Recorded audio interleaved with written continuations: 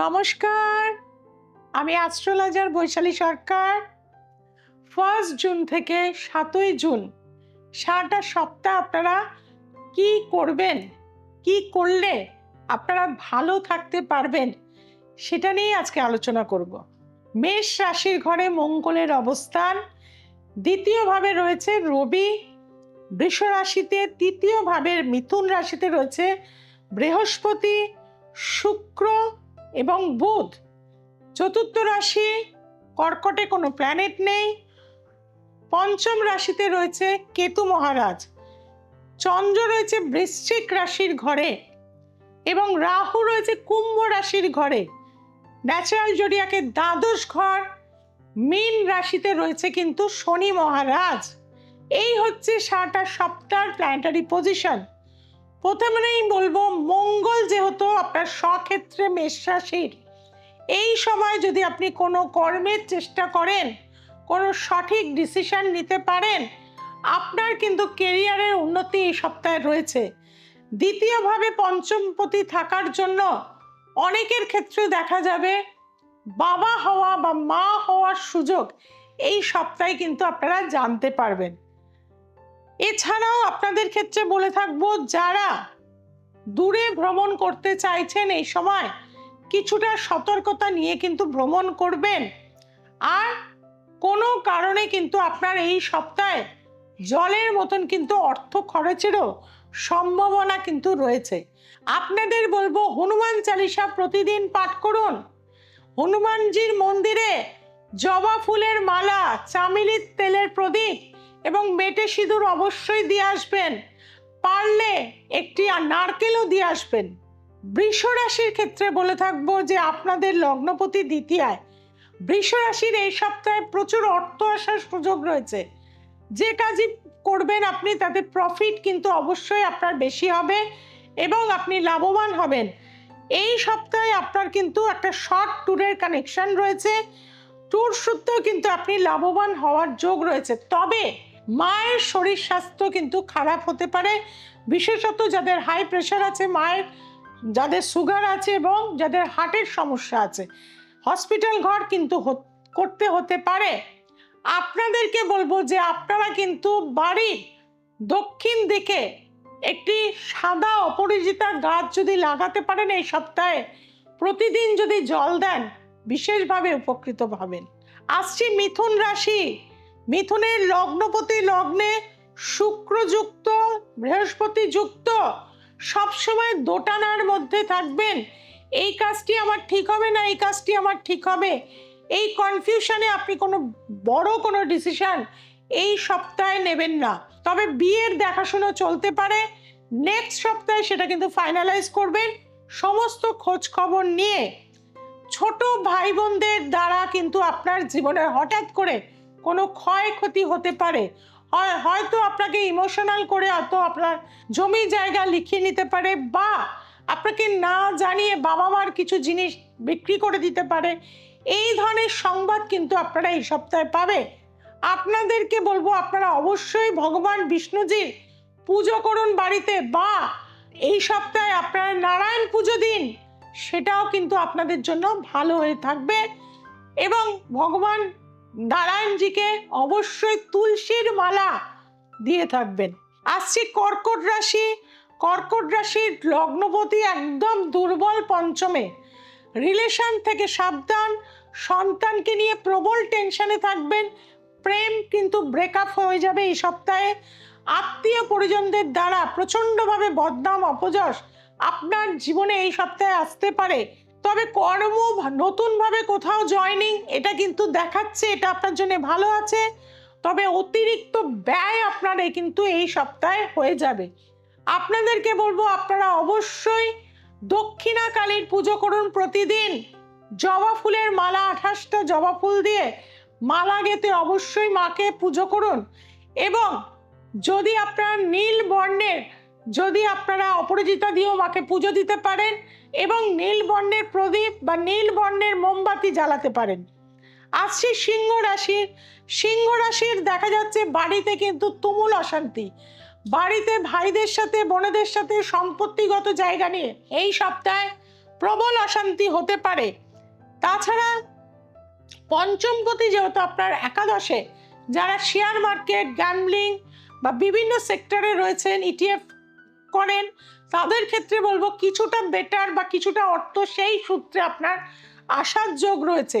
অবশ্যই আপনাদের বলবো যে আপনারা ভগবান শিবের উপাসনা করুন, বিভিন্ন দিনে বিভিন্ন ফলের রস দিয়ে ভগবান শিবকে অভিষিক্ত করান, এবং নিজেও যদি রুদ্রাক্ষ ধারণ করতে পারেন নিজের মেজাজকে কন্ট্রোল করতে পারবেন, এবং কিছুটা সময় আপনারা অবশ্যই প্রাণায়াম করুন, সেটা আপনাদের কাছে কিন্তু এই সপ্তাহে মঙ্গলদায়ক হয়ে থাকবে। আসছি কন্যা রাশি। কন্যা রাশির লগ্নপতি দশমে, কর্মের পদোন্নতি, নতুন কোনো কর্ম, আপনি চাকরি করেন, নতুন কোনো ব্যবসা করতে পারেন, হয়তো আপনি দেখা যাবে যে কোনো চাকরিতে ছিলেন সেটা চেঞ্জ করে আরেকটি বেটার চাকরিতে যাওয়ার সম্ভাবনা এই সপ্তাহে রয়েছে। তবে হঠাৎ করে বাইক স্কুটার থেকে পড়ে যাওয়া, পায়ে চোট পাওয়া, এইগুলোর সম্ভাবনাও কিন্তু আপনার বিশেষভাবে কিন্তু এই সপ্তাহে রয়েছে। মানসিক অস্থিরতার টেনশন কিন্তু দূর করতে হবে, ভয়কে কিন্তু একদম দূর করে দিতে হবে।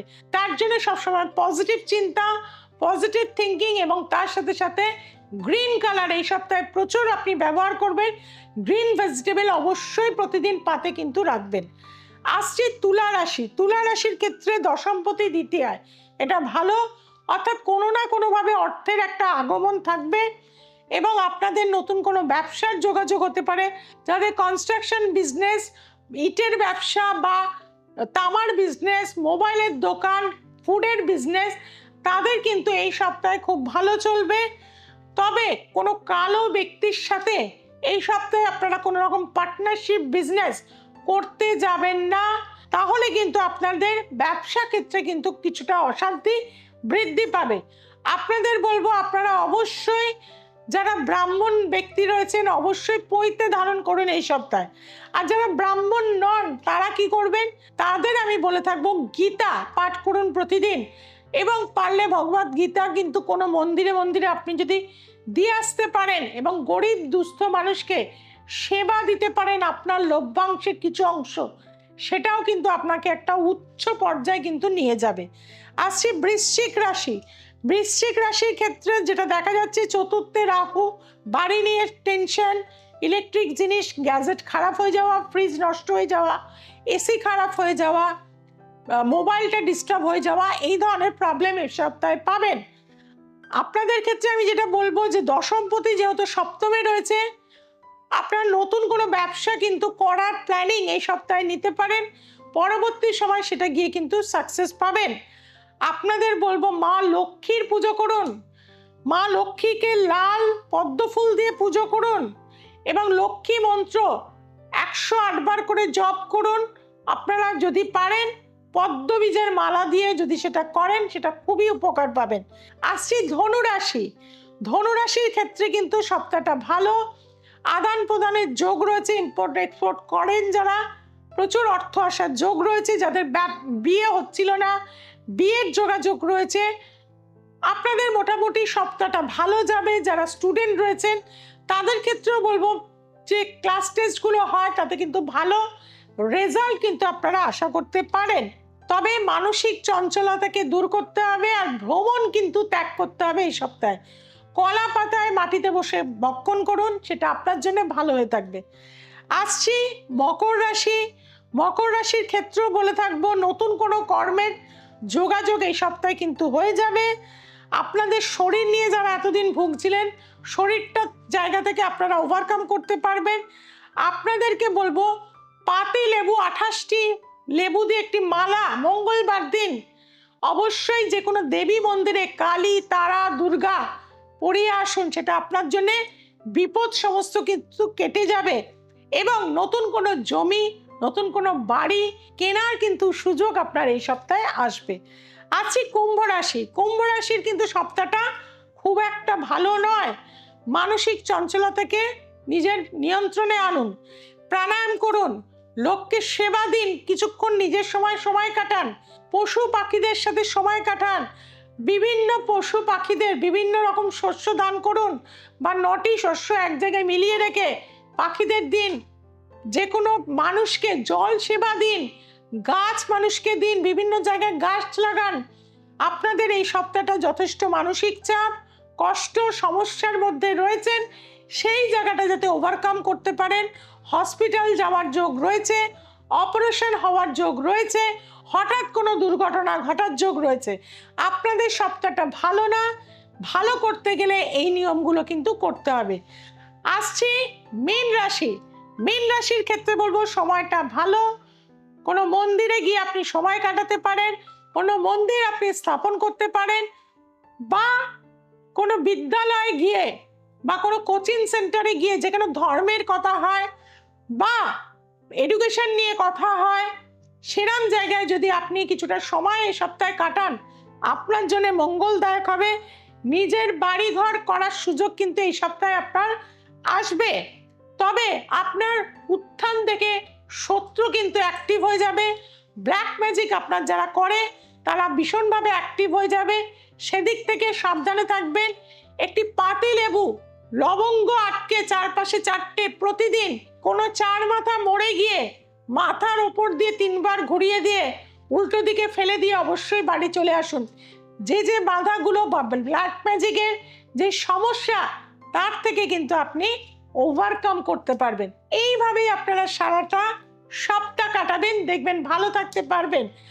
আর বিশদে অনেক কিছু জানতে গেলে দ্য এসেন্স অফ অ্যাস্ট্রোলজি অবশ্যই দেখতে হবে। সোমবার, মঙ্গলবার, শুক্রবার আর রবিবার রাত ঠিক 9টায় দ্য এসেন্স অফ অ্যাস্ট্রোলজি দেখতে ভুলবেন না। যেটা ভুলে যাচ্ছেন চ্যানেলটিকে সাবস্ক্রাইব করতে, অবশ্যই চ্যানেলটিকে সাবস্ক্রাইব করবেন, প্রতিটা মানুষের কাছে কিন্তু ছড়িয়ে দেবেন। আমি পৌঁছে যাচ্ছি কিন্তু 25 তারিখে, 25শে জুন, মা কামাখ্যার কাছে নীলাচল পর্বতে। সেখানে কিন্তু অমাবস্যা তিথিতে বিভিন্ন মানুষের অনেক যন্ত্রণা, কষ্ট, সমস্যা নিয়ে যাচ্ছি। মা তাদের কিন্তু পরিত্রাণ দেওয়ার জন্য, আপনি যদি খুব দুঃখে থাকেন, কষ্টে থাকেন, যন্ত্রণায় থাকেন, বহু জায়গায় গেছেন, বহু জ্যোতিষতান্ত্রিক করেছেন, একবার বৈশালী সরকারের কাছে আসতে হবে। যারা একবার আমার কাছে এসছে তারা জীবনে কিন্তু সাকসেস পেয়েছে। আর আপনিও যদি সাকসেস পেতে চান 6290513152-তে যোগাযোগ করে নিন। প্রতিদিন দুপুর 2টোর সময় দ্য এসেন্স অফ অ্যাস্ট্রোলজির ফেসবুক চ্যানেলে সরাসরি কথা বলুন, লাইভ ফোন ইন অনুষ্ঠানে। বহু জায়গায় আমার চেম্বার আছে, কোন চেম্বারে কিভাবে আসবেন 6290513152-তে যোগাযোগ করে নিন। যারা দূরের বন্ধু আছেন, কোনোভাবেই যোগাযোগ করতে পারছেন না, তাদেরকে বলবো অনলাইন প্রেডিকশন চলছে।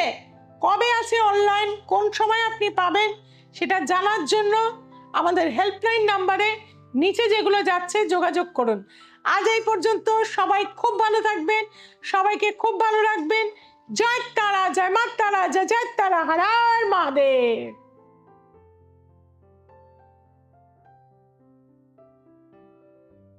আমার নাম শ্যামশ্রী কর্মকার, আমি দুর্গাপুর থেকে এসেছি। আর আমি অনেক বছর হলো দিদির কাছে আসছি। আমার ছোট ছেলের বিদেশে যাওয়ার পড়াশোনা করে চাকরিটা পেয়েও জয়েন করতে পারছিল না, তখন দিদি আমাকে রেমেডি করে দেন, ও ওখানে চাকরিতে জয়েন করতে পারে। আর ছেলে আমার ভালো আছে, এবং সেই দেখে আমি আমার ভাই বোন, আমার যা, আমার সমস্ত আত্মীয়দেরকে আমি এখানে দিদির কাছে পাঠাই। ওরাও সবাই খুব ভালো ফল পেয়েছে। সেই জন্য আমি এখন দিদির কাছে এখনো পর্যন্ত যোগাযোগ রেখেছি, নিয়মিত আসি। আপনারা যারা অনেক জায়গায় গেছেন কিন্তু ফল পাননি, হ্যাঁ, আপনারা আশাহত হয়েছেন, একবার দিদির কাছে আসুন। আমি গ্যারেন্টি দিয়ে বলতে পারি যে দিদির কাছে আপনি কিন্তু ফল পাবেনই।